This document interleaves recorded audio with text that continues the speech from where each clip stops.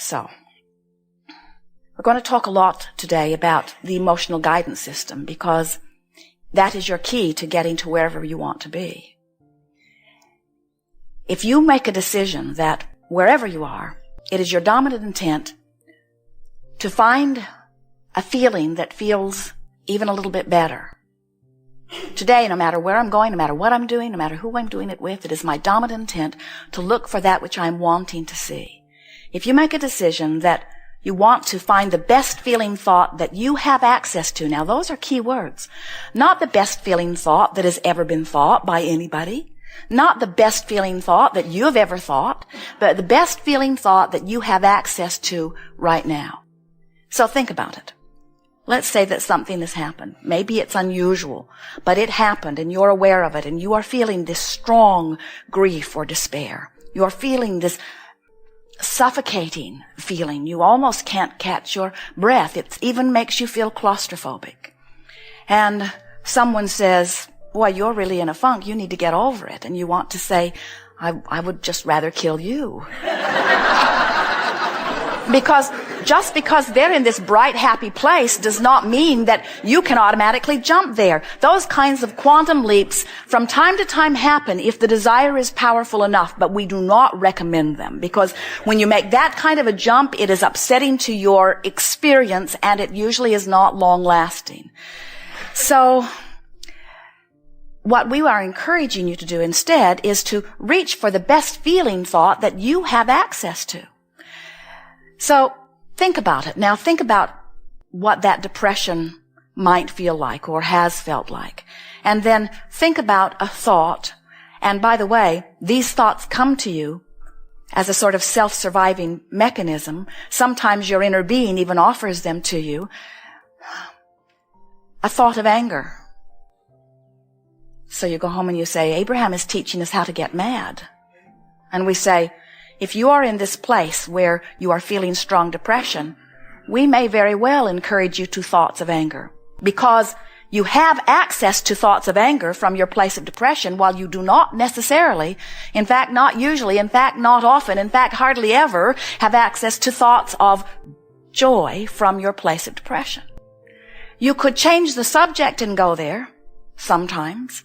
But if there is something that's been happening in your experience that is very activated in your vibration, it is much easier for you to bridge your emotions and make your jumps gradually than it is to try to jump all at once.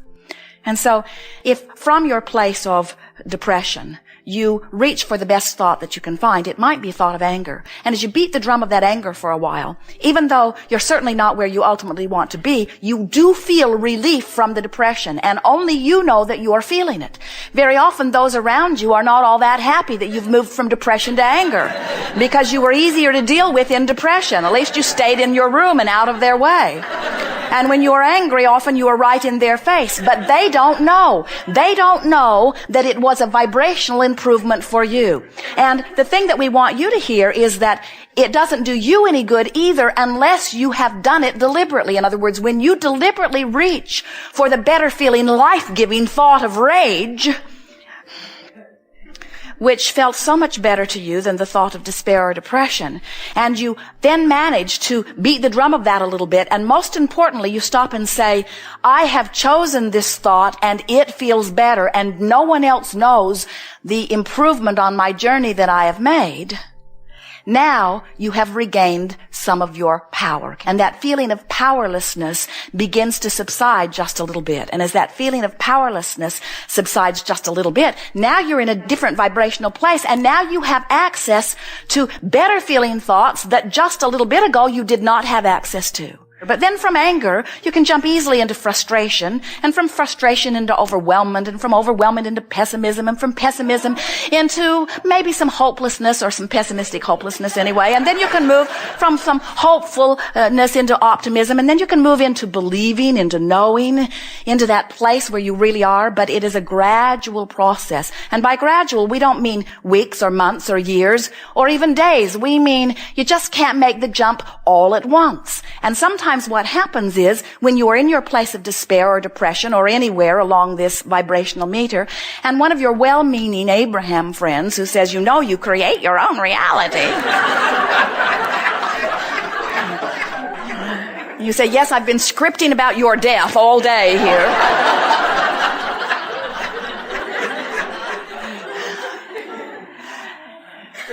That friend, no matter where they are, does not know what your vibrational content is. You are the only one that knows that you've made improvement. As Jerry and Esther go across the desert, quite often they go from Phoenix to San Diego, and about halfway between Phoenix and San Diego is Yuma, Arizona. And when Jerry and Esther would discover that they are in Yuma, they do not just pull off the side of the road and cry because they are not in San Diego. In other words, they understand. They don't get so upset that they're not where they want to be that they get disoriented and just turn around and go back to Phoenix. Because that journey is quantifiable. In other words, it's easy to understand the distance between Phoenix and San Diego. And so it's easy to understand, let's see, if my destination is San Diego and I'm facing in the direction of San Diego and I keep going, it is reasonable to expect that I would get there. And the same thing is true of everything that you want, no matter what it is, whether it is a lover, whether it's an improved relationship, whether it is more money, whether it is a different body condition. It does not matter where you are. The distance from where you are to where you want to be is quantifiable once you understand when you're facing the right direction. When you understand that this thought does feel better than whatever thought and feeling that you had before, now you have gained control, and now you can tell which direction you're going. Depending on different subjects, you might have different emotional set points. Relative to finances, you might feel very comfortable. Relative to your body, you might be in despair. Relative to your relationship, you might be feeling better. In other words, different subjects activate within you different vibrational ranges. But the whole, the sort of sum total, the sort of averaging out of what your vibration is, which is really the sum total, the averaging out of the thoughts that you're thinking during a day, let's say, that equals your point of attraction. And your point of attraction is what is manifesting in your experience. And so we want you to become very aware of the way you feel, but we don't want the way you feel to frighten you, because we want you to understand that just like going from Phoenix to San Diego, that once you are aware of what an improved feeling feels like, and once you are factoring out what everybody else thinks about it, then your guidance system will work for you. Sometimes we see you in depression, and that self-survival instinct of anger will come over you, and you will feel so much better, and then you'll meet a friend or a therapist or a counselor or a mate or some well-meaning person who says, you know, that anger is not good for you. You should do something about that anger. And then you just end up right back in despair. So you go from depression or despair, depression to anger, depression to anger, depression to anger, depression to anger, Phoenix to Yuma, Phoenix to Yuma, Phoenix to Yuma, Phoenix to Yuma. You're sort of lost in the desert. And what we want you to say instead is, I didn't get here to this angry, hateful place by accident. Some of you are having a little bit of difficulty with this dialogue because you have sat in seminars or listened to tapes where someone has sat in the hot seat and Abraham has refused to let them carry on about something that was bothering them. In other words, we were encouraging them to give us better sounding words, to try to make the best of it, to pivot, to let's do a book of positive aspects. And so this sounds very odd for us to be really rooting for you to move into rage and anger. But we want you to understand it depends upon where you are when we begin on the emotional scale. In other words, if you're frustrated over something, we're certainly not going to coach you back into the vibration of anger. That's going in the wrong direction. But if you are in depression, then anger is going in the right direction. And that's something that most people have not known. Now, the relief factor is the key to your guidance system. Do you know that there are feelings of relief in every emotion?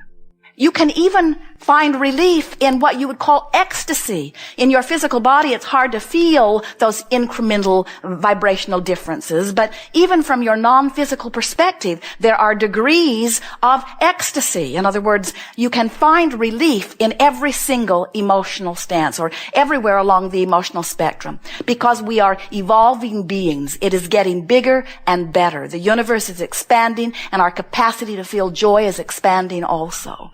We want you to stop beating up on yourself about wherever you are and about however you've been feeling. And we want you to make a decision to factor out anything that's outside of you because they don't know. They don't know. Your emotions are giving you the information about who you really are and where you are right now. Your emotions are giving you information about the vibrational variation between your habit of thought and the vibration of the desire that you've launched. Your new mantra is, I'm going to make the best of this. Whatever it is, I'm going to make the best of this. I'm going to make the best of this. Sometimes we see you. You're not making the best of it. Esther catches herself and laughs. She will find herself in a place she does not want to be, and instead of making the best of it, she will deliberately make the worst of it.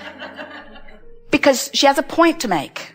When you are in a place different from where you want to be, and you're making the worst of it, the reason that you do it is because every fiber of your being knows that you are loved and knows that you are blessed and knows that it is supposed to be good for you. And when in some moment it is not being good for you, you sort of go berserk on some level. And then you want to sort of explain why you're not where at many levels you know you should be. And what we want to say to you is give that up. You don't have to explain anything to anyone. The only thing that is important is your awareness that this thought does give you incremental relief from the thoughts that you were thinking earlier. And when you notice the relief, no matter how great or small it is, take it and pat yourself on the back. And in the same moment, you will regain your feeling of empowerment. And remember, this emotional scale is all about the feeling of connection to who you are and empowerment, all the way down to that feeling of disempowerment. So then when you think about those emotions that are down here at these lower registers, and you think about despair, you think about grief, you think about fear, aren't they all about disempowerment? In other words, whenever you say, I'm afraid of something, isn't it the feeling of being out of control? Isn't it the feeling of something that you definitely don't want to happen, but there's something that's out of your ability to do anything about it? Isn't that what that feeling is? And don't all of those emotions that are on that negative end of the scale, and that's a tricky thing to say because the graduations are so steady, but you get the sense of what we are talking about. Don't they feel empty? Doesn't fear feel empty? Anger, doesn't it feel empty? And it is, because it is you disallowing who you really are to flow. Now you know everything we know. We are eager to talk with you about anything that is important to you. You will discover a delicious unfolding. Sometimes we will not call you to the chair, but we will answer your question just the same. For everything that you are wanting to know, we are fully aware of. Sometimes we will ask a representative on your behalf to come and ask your question. And when that happens, it is really of benefit to you because you are actually more likely to allow the receiving of the answer if you are not in the mode of beating the drum of the question quite so much. This is really co-creating at its best. It is our anticipation that we will together literally take thought beyond that which it has been before. We have enjoyed this interaction immensely.